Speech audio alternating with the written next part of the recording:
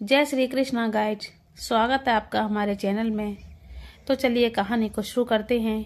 आज की कहानी का शीर्षक है बहू ने सास का तिरस्कार कर निकाला घर से। जब अपने माँ बाप की बातों में आकर बहू ने अपनी बूढ़ी सास को घर से निकाला तो बेटे ने रचाया ऐसा खेल की कमाल है ठाकुर साहब, शादी आपके बेटे की है मगर दूल्हे की तरह आप तैयार हो रहे हो। अपने पति को आईने के सामने तैयार होते हुए देखकर बिमला जी उन्हें छेड़ते हुए कहने लगी।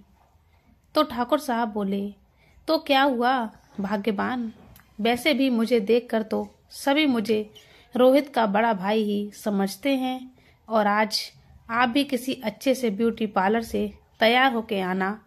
आज हमारे बेटे की जिंदगी का सबसे खास दिन है। ऐसा कहते हुए ठाकुर साहब मुस्कुराने लगे। अपने परिवार की उन खुशी भरे पलों को याद करते करते बिमला जी की आंखों में आंसू भर आ गए और वो अपनी यादों के भंवर से बाहर निकल आईं। कितने जिंदा दिल इंसान थे ठाकुर साहब। उस समय मेरा ये घर कितना खुशहाल हुआ करता था। आज पूरे 2 वर्ष हो गए बेटे की शादी को। एक वो दिन था और एक आज का दिन है जब मैं इस घर में अकेली रह गई हूँ। अब तो ये सुनसान घर मुझे काटने को दौड़ता है। बिमला जी का बेटा रोहित एक बहुत बड़ी कंपनी में जॉब करता था और अपने साथ काम करने वाली माया को पसंद करता था और खुले विचारों वाले माँ बाप ने बिना विरोध किए बेटे के प्यार को बहू के रूप में स्वीकार कर लिया। इकलौता बेटा जो था उनका और उसकी खुशी से ज्यादा वे दोनों लोग और क्या चाहते। बिमला जी जिनकी कोई बेटी नहीं थी अपनी बहू को ही बेटी की तरह प्यार देने को आतुर थी, लेकिन वहीं उनकी बहू के मन में तो कुछ और ही चल रहा था। वो तो केवल अपने पति के साथ अकेले रहना चाहती थी, उसके माँ बाप के साथ नहीं, और इसी शर्त पर शादी करने को तैयार हुई थी कि शादी के बाद घर का कोई काम नहीं करेगी और अपनी मर्जी से अपनी जिंदगी जिएगी। इधर रोहित ने भी उससे वादा किया था कि शादी के बाद सब उसकी मर्जी के अनुसार ही होगा। धूमधाम से उन्होंने अपने बेटे का विवाह किया। बिमला जी की हमेशा यही कोशिश रहती कि उनकी बहू माया को कभी कोई तकलीफ ना हो और माया की कभी घर में काम में हाथ बटाने की कोशिश नहीं करती थी। 2 महीने का समय बीत गया। एक दिन ठाकुर साहब रसोई घर में आए और अपनी पत्नी बिमला को काम करते हुए देखा तो बोले, ये क्या बिमला, आज भी तुम ही सारा काम करने में लगी हुई हो। रात को तुम्हारे घुटनों में दर्द हो रहा था ना, बहू कहाँ है। ऐसा कहते हुए उन्होंने अपने बेटे को आवाज लगाई। रोहित बाहर आया तो ठाकुर साहब गंभीरता से बोले, बेटा 11 बज चुके हैं और तुम लोग अब तक सो रहे हो। आज रविवार है तो क्या बहू का फर्ज नहीं बनता कि रसोई के कामों में तुम्हारी माँ की मदद करे। कम से कम एक दिन तो उसे भी आराम मिलना चाहिए ना। माफ करना पिताजी, दरअसल पूरा हफ्ता काम करते करते हम लोग थक जाते हैं, इसलिए आंख नहीं खुली, रोहित ने कहा। ठीक है, लेकिन अब से रविवार को तुम्हारी माँ घर का कोई काम नहीं करेगी। बहू को बोलो कि वो घर का काम करे। ये सारी बातें उनकी बहू माया अपने कमरे के दरवाजे में खड़ी खड़ी सुन रही थी। जैसे ही रोहित अंदर आया तो माया उस पर बरस पड़ी। मैंने शादी से पहले ही तुम्हें स्पष्ट रूप से बता दिया था ना कि मैं अपनी मर्जी से जीऊंगी, तो फिर तुम उनकी बात सुनकर चुपचाप कैसे आ गए। शादी होते ही आपने सारे वादे भूल गए अपने। नहीं माया, ऐसी बात नहीं है।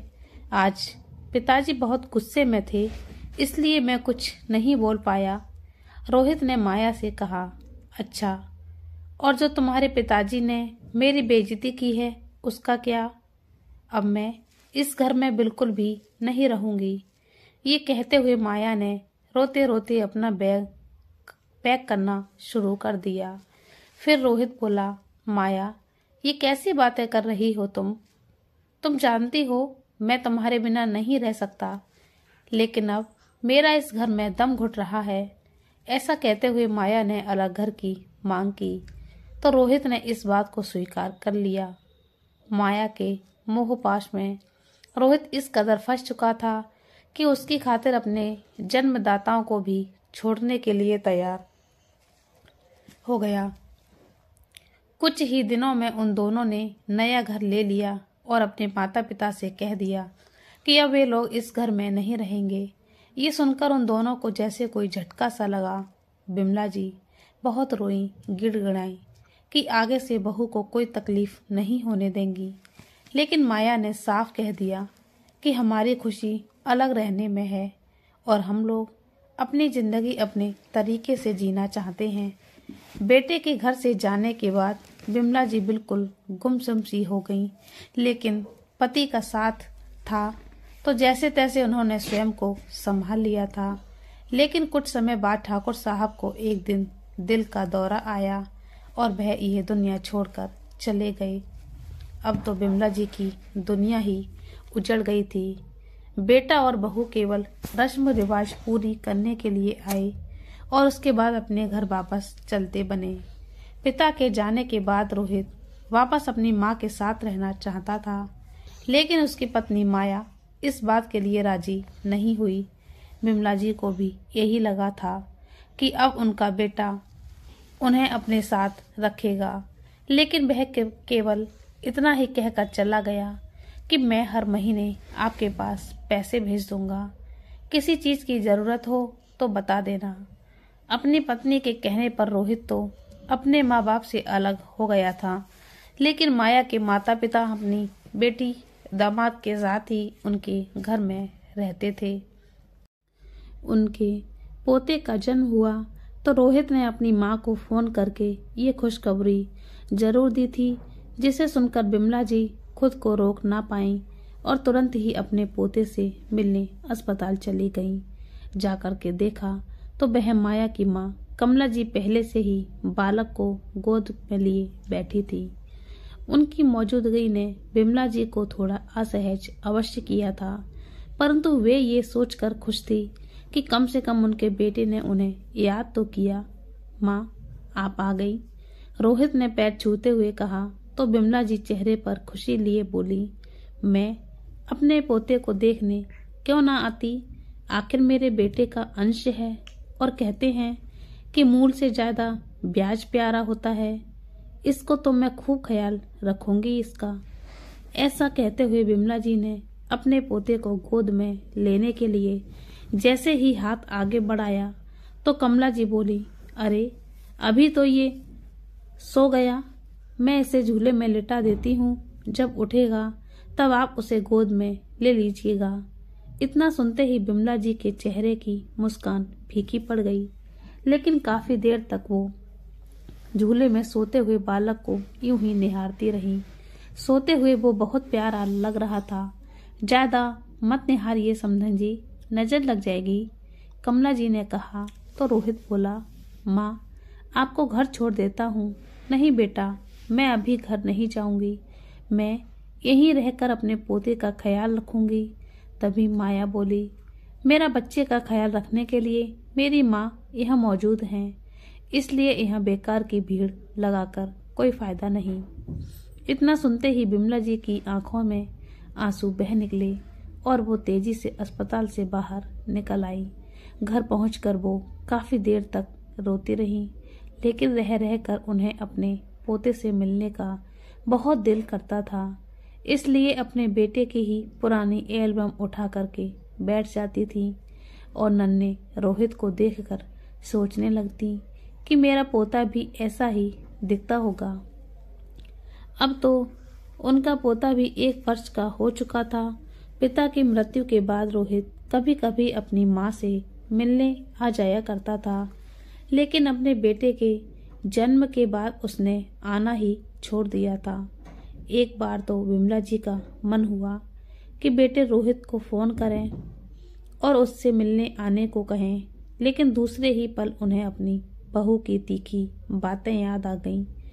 कुछ समय पहले जब उन्होंने अपने बेटे को फोन लगाया था तो उनकी बहू ने फोन उठाया था। फोन उठाते ही बोली, माँ जी, आप हमें बार बार फोन करके डिस्टर्ब क्यों करती हैं? हर महीने के खर्च के लिए आपको रोहित पैसा भेजते हैं ना, फिर भी आप उन्हें फोन करके परेशान करती रहती हैं। इतना कहकर उसने फोन काट दिया था। उसके बाद कभी अपने बेटे को फोन करने की बिमला जी की हिम्मत नहीं हुई। गुड मॉर्निंग आंटी, कैसी हैं आप? बिमला जी की किराएदार दिशा अपने 1 साल के बेटे को लेकर अंदर आते हुए बोली। दरअसल पति की मृत्यु के बाद बिमला जी ने अपने घर की पहली मंजिल को किराए पर दे दिया था और दिशा भी बिमला जी के साथ काफी घुल मिल गई थी। दिशा उनकी उदासी का कारण भली भांति जानती थी, इसलिए सुबह का काम निपटाने के बाद थोड़ी देर के लिए उनसे मिलने जरूर आती थी। अंदर आते ही दिशा का बेटा बिमला जी के पास दौड़ा चला आया। तभी बिमला जी अपनी आंखों से आंसू पोंछने लगी और बच्चे को पुचकारने लगी। ये क्या आंटी, आप फिर से उदास हो गईं? ऐसे तो नहीं चलेगा। माना कि रिश्ते हमारे जीवन में बहुत महत्व रखते हैं, लेकिन इसका मतलब ये तो नहीं कि हम पुरानी बातों को याद करके जीना ही छोड़ दें। मैं जानती हूँ बेटा, लेकिन खाली बैठे बैठे दिमाग कुछ ज्यादा ही सोचने लगता है। आंटी, मेरी मानो तो आप अपने आप को व्यस्त रखना शुरू करो और वो काम करो जो आपको अच्छा लगता हो। दिशा की ये बात सुनते ही बिमला जी कुछ सोच में पड़ गईं। तभी दिशा बोली, आंटी, एक बात तो बताइए, क्या यहाँ आसपास कोई डे केयर है जो हमारे सोनू को अपनी नौकरी के दौरान आपके पास छोड़ सकूं?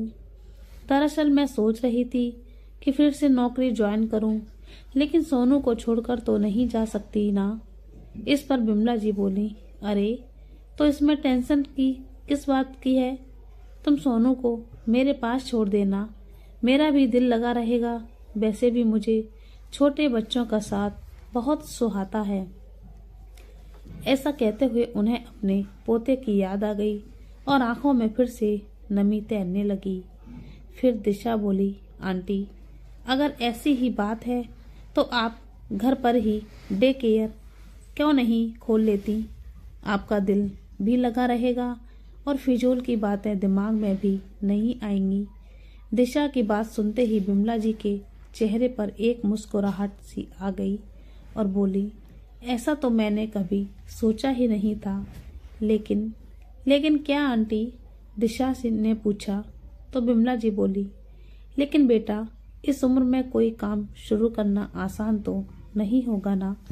अरे आंटी, उम्र एक संख्या से ज्यादा कुछ भी नहीं है, बस जीने का जज्बा होना चाहिए। स्वयं को बूढ़ा समझना छोड़ दीजिए, अभी बहुत जिंदगी बाकी है। बल्कि मैं तो कहती हूँ कि नया साल शुरू होने जा रहा है और नए साल के साथ आप अपनी जिंदगी में भी कुछ नयापन लाएं। दिशा की बातों में बिमला जी के दिल में एक नई ऊर्जा का संचार होने लगा था। फिर दिशा बोली, अच्छा आंटी, नए साल से याद आया कि क्यों ना कल शाम को हम न्यू ईयर पार्टी मनाएं। देखिए ना आंटी, मेरे पति देव तो अब भी अपने काम से बाहर गए हुए हैं, लेकिन हम तो न्यू ईयर सेलिब्रेट कर ही सकते हैं ना। शाम को डिनर बाहर से मंगवाएंगे और टीवी पर ही बढ़िया सी फिल्म देखते हुए नए साल का स्वागत करेंगे। दिशा ने इतने अपनेपन से कहा तो बिमला जी मना ना कर सकी। उधर रोहित के एक गहरे मित्र अजय ने भी, जो उसके साथ ऑफिस में ही काम करता था, नए साल के उपलक्ष्य में अपने घर पर एक छोटी सी डिनर पार्टी रखी थी। रोहित और माया को भी वहां बुलाया गया था। अपने बेटे को नानी के पास छोड़कर वे दोनों पार्टी में चले गए, लेकिन अजय के घर जाने के बाद जो कुछ भी रोहित ने देखा तो उसकी हैरानी का ठिकाना ना रहा। रह रहकर उसे अपने माता पिता का चेहरा उसके सामने आ रहा था। उसके दिमाग में बहुत से विचार एक साथ चल रहे थे। उसकी सारी रात जागते हुए ही बीती। अगले दिन सुबह जब माया जागी तो रोहित ने कहा, माया, अब तो सोनू 1 साल का होने को आया है और मुझे लगता है कि तुम्हें भी नौकरी शुरू करनी चाहिए। तुम ही देखो, यहाँ कमाने वाला केवल मैं अकेला हूँ और खाने वाले इतने लोग हैं। आखिर ऐसी स्थिति में घर का गुजारा कैसे होगा? तभी माया बोली, रोहित, अगर खर्च ज्यादा हो रहा है तो अपनी माँ को पैसे भेजना बंद कर दो। वैसे भी हर महीने तुम इतने पैसे भेजते हो, सब खर्च थोड़ी ना हो जाते होंगे। 1-2 महीने नहीं भेजोगे तो भी उनका गुजारा आराम से हो सकता है। वाह, ये बात तो तुमने खूब कही। यह रहते हुए मैं तुम्हारे खर्च भी उठाऊं और तुम्हारे माँ बाप को भी पालूं और अपनी माँ को जो थोड़े बहुत पैसे भेजता हूँ वो पैसे भी भेजना बंद कर दूं। इतनी बात सुनते ही माया की भौहें तन गईं और बोली, तुम कहना क्या चाहते हो रोहित? क्या मेरे मम्मी पापा तुम्हें बोझ लगते हैं? मैंने ऐसा नहीं कहा माया, लेकिन इतना तो उन्हें भी सोचना चाहिए कि वे लोग अपनी बेटी के घर में कब तक रहेंगे। आखिर हमारी भी अपनी कोई जिंदगी है। रोहित की बातें उसके सास ससुर के कानों में भी पड़ रही थीं। अपने माँ बाप के बारे में इतना सुनते ही माया को गुस्सा आया और बोली, रोहित, अगर तुम कहते हो तो मैं नौकरी करना शुरू कर देती हूँ, लेकिन मेरे मम्मी पापा यहाँ से कहीं नहीं जाएंगे। आखिर उनका मेरे अलावा है ही कौन? सुबह सुबह लंबी चौड़ी बहस के बाद रोहित बिना खाना खाए ही तैयार होकर ऑफिस चला गया। ऑफिस के काम में भी रोहित का मन नहीं लग रहा था। लंच टाइम हुआ तो सब लोग एक साथ बैठकर खाना खा रहे थे, लेकिन रोहित अब भी अलग थलग और गुमसुम बैठा हुआ था। उसकी ये हालत देखकर अजय उसके पास आया और बोला, अरे रोहित, आज खाना नहीं लाया क्या? तभी रोहित बोला, अजय, मुझे तुझसे कुछ जरूरी बात करनी है। अजय उसके पास बैठा तो रोहित ने कहा, कल जब मैं तेरे घर आया था तो मुझे ये देखकर बहुत अच्छा लगा था कि तुम लोग अपने माता पिता का इतना ख्याल रखते हो। तुम्हारे मन में अपने माँ बाप के लिए कितनी इज्जत है। और वही, इतने मेहमान आने के बावजूद भी भाभी उनके खाने पीने से लेकर उनकी दवाइयों तक का पूरा ध्यान रख रही थी। जहाँ बाकी सब लोग अपने माँ बाप को भूलकर न्यू ईयर सेलिब्रेट करने के लिए बाहर जाते हैं, वहीं तुम लोग अपने घर में अपने माता पिता, रिश्तेदारों और दोस्तों के साथ न्यू ईयर सेलिब्रेट कर रहे थे। सच कहूँ तो जब से तुम्हारे घर से लौटा हूँ मुझे खुद पर शर्म आ रही है। अपनी पत्नी की अलग रहने की जिद के कारण मैं तो अपने माँ बाप को ही छोड़ बैठा। वहाँ पिता की मृत्यु के बाद मेरी माँ अकेले रह रही है और यहाँ मेरे सास ससुर अपने बेटे को छोड़कर हम लोगों के घर में बैठे हुए हैं। रोहित की बात पर अजय हैरान हो गया और बोला, तुम्हें भाभी को समझाना चाहिए था ना? तो रोहित बोला, मैंने बहुत कोशिश की थी, लेकिन उसके सिर पर अलग होने का भूत सवार था। वो किसी हालत में मानने को तैयार ही नहीं थी। ये बात तो मुझे बाद में पता चली कि ये सब किया धरा उसके माँ बाप का है। उन्होंने माया के मन में मेरे माता पिता के खिलाफ पहले ही जहर भर दिया था, ताकि उनकी बेटी अपने सास ससुर से अलग होकर अपने माँ बाप को साथ में रख सके। अपने बेटे बहू के साथ उनकी बिल्कुल नहीं बनती, इसलिए हमारे सर पर आकर बैठे हैं। और अगर मैं कुछ कहता हूँ तो माया झगड़ा खड़ा कर देती है। लेकिन रोहित, क्या तेरा अपनी माँ के साथ रहने को दिल नहीं करता? हाँ यार, बहुत दिल करता है, पर फिर सोचता हूँ कि अगर माँ को अपने घर ले आया तो वे लोग उन्हें नौकरानी बनाकर रख देंगे। जानता है, मेरे बेटे के जन्म पर मेरी माँ को बहुत खुशी हुई थी, लेकिन अस्पताल में मेरी पत्नी और सास ने उनके साथ बहुत बुरा व्यवहार किया, इसलिए मैंने माँ को वहाँ से जाने को कह दिया। उस दिन के बाद से तो मुझे अपनी माँ से नजरें मिलाने में भी शर्म आती है। क्या कुछ नहीं किया मैंने अपनी पत्नी के लिए, लेकिन उसने कभी ये नहीं सोचा कि मेरी खुशी किस में है। नहीं रोहित, गलती तेरी है। कब तक तू अपनी पत्नी के इशारों पर चलेगा और सही वक्त का इंतजार करेगा? हालात ठीक होने का इंतजार करने के बजाय हालात को बदलने की ताकत रख। फिर सब कुछ तेरे हाथ में है। मेरी बात मान और अभी के अभी आंटी के पास जा। मैं यकीन से कहता हूँ कि अपने बेटे की एक झलक पाने को तरसती होंगी तेरी माँ। तुझे देखते ही सब कुछ भुलाकर अपने गले से लगा लेगी। दोस्त की बात रोहित को सही लगी। वो उसी समय ऑफिस से छुट्टी लेकर अपनी माँ से मिलने चला गया। लेकिन जैसे ही घर के बाहर पहुंचा तो उसे मन ही मन आत्मग्लानि होने लगी कि केवल उसके कारण ही आज सब कुछ तबाह हो गया है। भरी आंखें लिए उसने अपने घर के अंदर प्रवेश किया। सामने देखा तो उसकी माँ दो छोटे छोटे बच्चों के पास बैठी हुई थी और उनके साथ प्यार भरी बातें कर रही थी। ये दृश्य देखकर रोहित के दिमाग में अपने बचपन की तस्वीर घूमने लगी।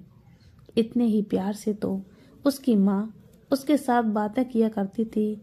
रोहित बेटे को देखते ही विमला जी अचानक रुक गई और बोली, तू यहाँ रोहित? रोहित ने आगे बढ़कर माँ के पैर छुए तो विमला जी ने उसे गले से लगा लिया। दोनों ओर से अश्रुधारा बहने लगी। फिर कुछ देर रुककर विमला जी बोली, आज इतने दिनों बाद अपनी माँ की याद आई? तभी रोहित ने रोते हुए अपनी माँ को गोद में सिर रख कर लिया और बोला, माँ, मेरे एक गलत फैसले ने हम सबकी खुशियों का पर ग्रहण लगा दिया और अब लगता है कि जैसे मेरे इर्द गिर्द कोई जाल सा बुन गया हो, जहाँ से निकल पाने का कोई रास्ता नहीं सूझ रहा। बेटा, ये जाल तो तुमने खुद बुना है। हमारा एक गलत फैसला पूरी जिंदगी की खुशियों पर भारी पड़ सकता है। लेकिन अब मैं क्या करूँ माँ? रोहित ने कहा, बेटा, ऐसा कोई भी फैसला मत लेना जिससे तुम दोनों पति पत्नी का रिश्ता खराब हो। बस धीरे धीरे अपनी पत्नी को उसकी जिम्मेदारियों का एहसास करवाओ। मुझे अपनी परवरिश पर पूरा भरोसा है। मैं जानती थी कि एक ना एक दिन मेरा प्यार तुम्हें जरूर खींच लाएगा और अब उसी प्यार और समझदारी से तुम्हें अपनी पत्नी को संभालना है। लेकिन कोई भी ऐसा काम मत करना जिससे तुम दोनों के रिश्ते में दरार आए। कमला जी ने अपने बेटे को समझाते हुए कहा, आप ठीक कह रही हैं माँ। सच में आपका दिल कितना बड़ा है। सबके लिए आपके दिल में केवल प्यार ही प्यार भरा है। आज आपसे बातें करके मुझे बहुत अच्छा लग रहा है। मेरा मन भी हल्का हो गया है। लेकिन माँ, ये बच्चे कौन हैं? रोहित ने पूछा। बेटा, तुम्हारे जाने के बाद अकेलापन मुझे काटने को दौड़ता था, इसलिए मैंने घर पर ही डी केयर खोल लिया है। कल से ही शुरुआत की है। अभी केवल 2 ही बच्चे आते हैं, लेकिन सच कहूँ तो इन भोले भाले बच्चों के साथ अब दिन कैसे गुजर जाता है पता ही नहीं चलता।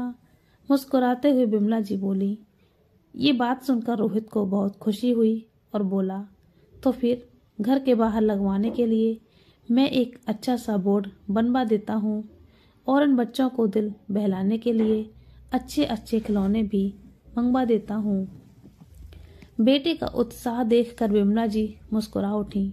शाम तक रोहित ने सारा इंतजाम करवा दिया और रात को अपने घर लौट आया।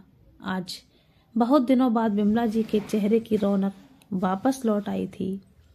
जब रोहित अपने घर लौटा तो माया कुछ नाराज सी बैठी थी और उनका बेटा सोनू पास में ही खेल रहा था।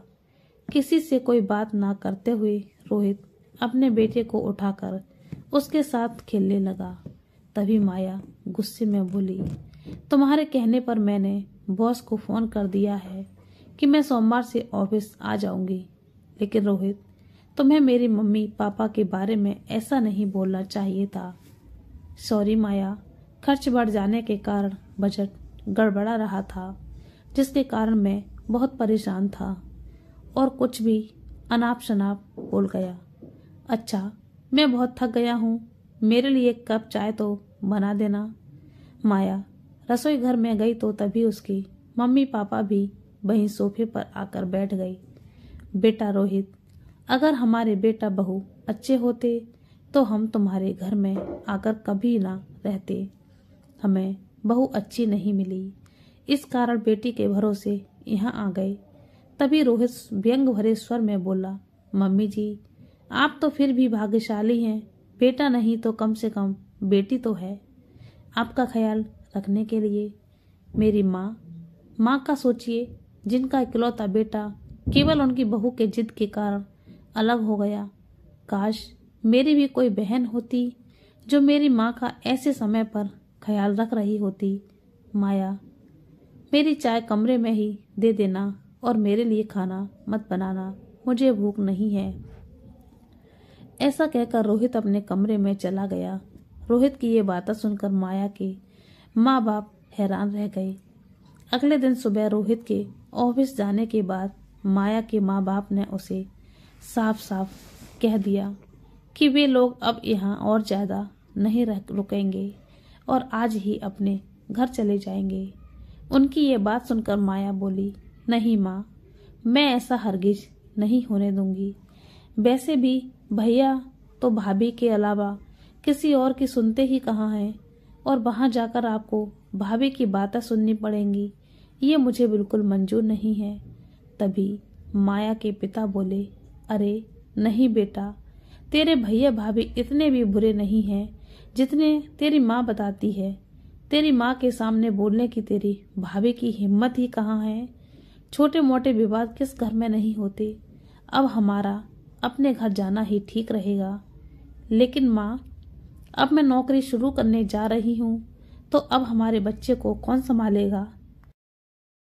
माया ने कहा तो उसकी माँ बोली, बेटा ये तुम लोगों की सिरदर्दी है, लेकिन अब हम अपना मन बना चुके हैं, इसलिए अब हमें जाने दो। अगले सोमवार से माया ने ऑफिस जाना शुरू कर दिया तो अपने बेटे को अपनी माँ के घर पर छोड़ दिया। उसकी माँ का घर उसके घर से काफी दूर पड़ता था, इसलिए रोज रोज बेटे को लाना और ले जाना संभव नहीं था। अपने बेटे के बिना माया ने बड़े मुश्किल से 5 दिन निकाले और शुक्रवार शाम को बोली, सुनो, सोनू के बिना तो हमारा घर सूना ही हो गया है। मेरी 2 दिन की छुट्टी है, तो चलकर उसे अपने घर ले आते हैं। तभी रोहित मुस्कुराता हुआ बड़ी सहजता से बोला, अरे वैसे भी बड़े होकर तो उसे अपनी अलग जिंदगी ही बितानी है, तो फिर अपने दिल को अभी से मजबूत कर लो, नहीं तो मेरी माँ की तरह ही रोना पड़ेगा। रोहित की इस बात ने माया को दिल को अंदर तक झकझोर दिया और वो एक गहन सोच विचार में डूब गई। शाम को ही जाकर वे दोनों अपने बेटे को अपने घर वापस ले आए और 2 दिन कैसे निकल गए पता ही नहीं चला। अगले दिन सोमवार था और माया वापस अपने बेटे से अलग होना नहीं चाहती थी, इसलिए कुछ सोच विचार में पड़ी थी। फिर रोहित से बोली, सुनिए, क्या आपकी माँ जी सोनू को संभाल लेंगी। ये सुनकर रोहित ने हैरानी से माया की ओर देखा और बोला, अरे तुमने अभी क्या कहा। अगर हम सोनू को उसकी दादी के पास छोड़ दें तो माँ जी को कोई परेशानी तो नहीं होगी। तभी रोहित ने मुस्कुराते हुए कहा, वो परेशान क्यों होंगी भला, उन्होंने तो घर में बच्चों के लिए डे केयर खोला है। अच्छा, उनका घर तो पास में ही है, हम रोज शाम को अपने बेटे को वापस ले आ करेंगे, फिर हमें ज्यादा दिन उससे दूर नहीं रहना पड़ेगा। माया के कहने पर रोहित ने अपनी माँ को फोन किया तो बिमला जी खुशी से झूम उठी और बोली, ये भी कोई पूछने की बात है, इस बात से मुझे बेहद खुशी होगी।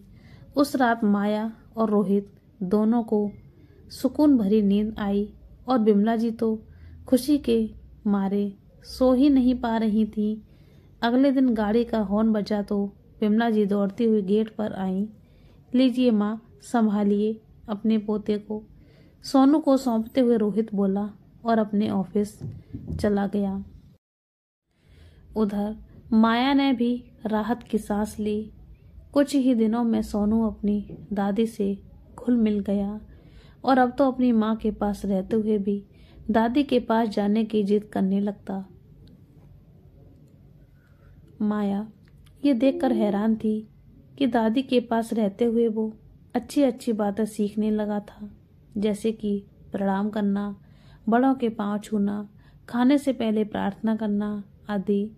फिर एक दिन रोहित ने बताया कि उसे अपने ऑफिस की तरफ से कुछ दिनों के लिए दूसरे शहर जाना है। अब माया के सामने ये समस्या खड़ी हो गई कि वो सोनू को दादी के पास कैसे छोड़ेगी, क्योंकि वो ड्राइविंग भी नहीं जानती थी और इतने दिनों की छुट्टी मिलना बहुत मुश्किल था। अगर मैं कुछ दिनों के लिए अपने मम्मी पापा को बुला लूं तो, माया ने कहा तो रोहित बोला, अरे मैं तो कहता हूँ कि तुम 1 हफ्ते के लिए माँ के पास ही चली जाओ या अपनी सासू के माँ के पास चली जाओ। माया सोचने लगी और फिर बोली, ठीक है, जैसा तुम कहो, मैं अपना सामान पैक कर लेती हूँ। हम आज शाम को ही वहाँ चलते हैं, आप सुबह वहीं से निकल जाना। माया की इस बात पर रोहित ने उसे गले लगा लिया और शाम को वे लोग बिमला जी के घर पहुँच गए। अचानक उन्हें वहाँ देखकर बिमला जी को हैरानी भी हुई और खुशी भी। तभी रोहित ने सारी बात स्पष्ट की तो माया बोली, मैं यहाँ रह सकती हूँ ना माँ जी? तो बिमला जी ने कहा, अरे इसमें भी कोई पूछने वाली बात है, ये घर आज भी तुम्हारा है। इतना कुछ होने के बाद भी अपनी सासू माँ के मन में अपने लिए इतना प्यार देखकर माया बहुत प्रभावित हुई। बिमला जी ने बड़े प्यार से सबके लिए खाना बनाया। आज बहुत दिनों बाद पूरा परिवार एक साथ बैठकर खाना खा रहा था और बिमला जी के चेहरे पर अलग ही खुशी थी। 2-3 दिन वहां रहकर माया सोचने लगी कि जैसा मेरी माँ ने कहा था, सासू माँ तो उससे बिल्कुल ही अलग है। उसे याद आने लगा कि उसकी माँ ने उसे शादी से पहले ही सीख दी थी कि जल्दी से दामाद जी को अपनी मुट्ठी में करके अलग हो जाना। तेरी सास बहुत चालाक है, तुम लोगों को चैन से रहने नहीं देगी और मैं नहीं जानती कि मेरी बेटी किसी की नौकरी करे।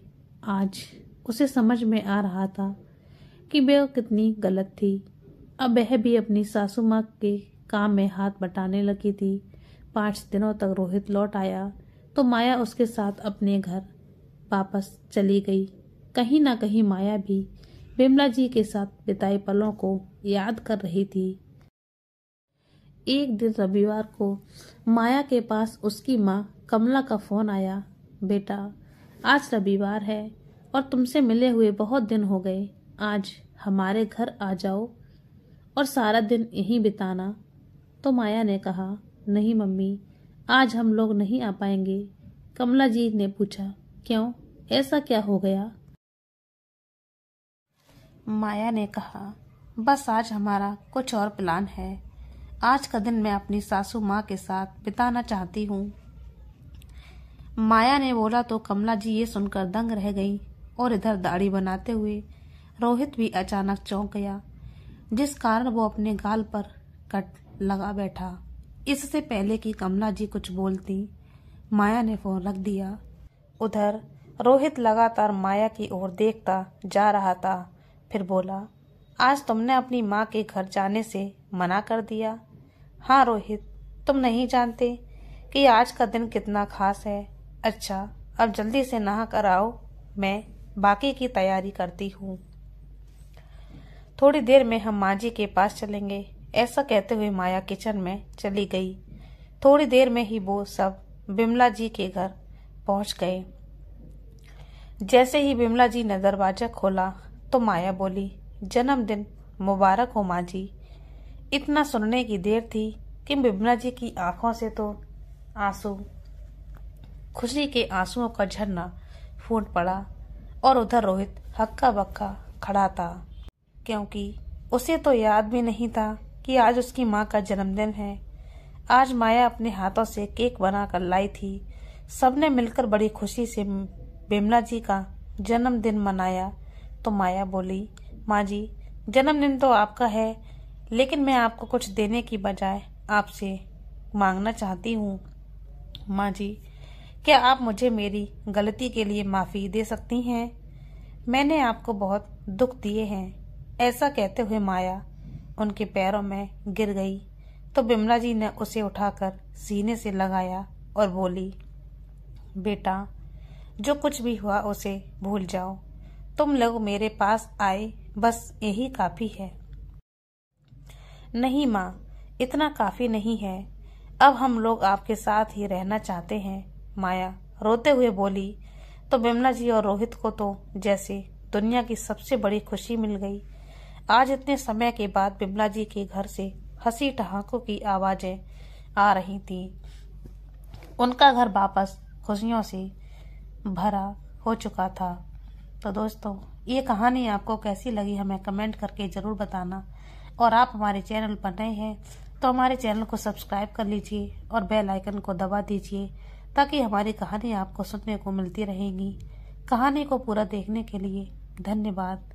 तो चलिए मिलते हैं एक नई कहानी के साथ। तब तक के लिए जय श्री कृष्णा, राधे राधे।